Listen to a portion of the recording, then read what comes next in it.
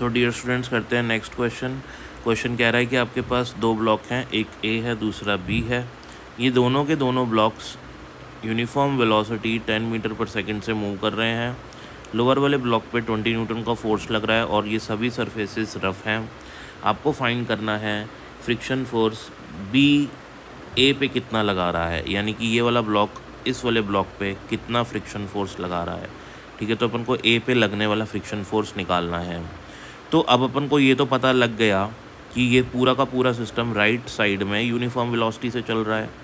ठीक है, तो इस सिचुएशन में जब फोर्स लोअर वाले ब्लॉक पे राइट तरफ लग रहा है 20 न्यूटन का, तो ऊपर वाला ब्लॉक स्लाइड होने की टेंडेंसी है इसकी पीछे की तरफ, है ना, क्योंकि नीचे फोर्स लगाओगे तो ये वाला ब्लॉक पीछे की तरफ जाने लगेगा।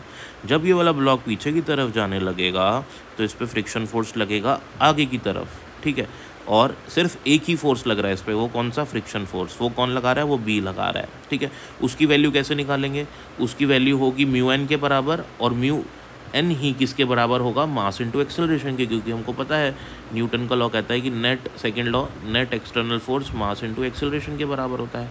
लेकिन हमको तो ये भी पता है कि ये ब्लॉक एक्सेलरेट ही नहीं कर रहा, क्योंकि ये तो दोनों के दोनों ब्लॉक्स, इसको बोल लो या इन दोनों को बोल लो, ये पूरा सिस्टम यूनिफॉर्म वेलोसिटी चल रहा है, यानी कि इस सिस्टम का एक्सेलरेशन 0 है। इसका मतलब फोर्स भी क्या हो जाएगा, फ्रिक्शन फोर्स भी क्या लग रहा है इस पर, कोई फ्रिक्शन फोर्स इस पर नहीं लग रहा है। इसलिए जो इस पर जो एक्सेलरेशन था वो 0 है, इसलिए इसका फ्रिक्शन फोर्स भी इस पर लगने वाला 0 होगा। Thank you.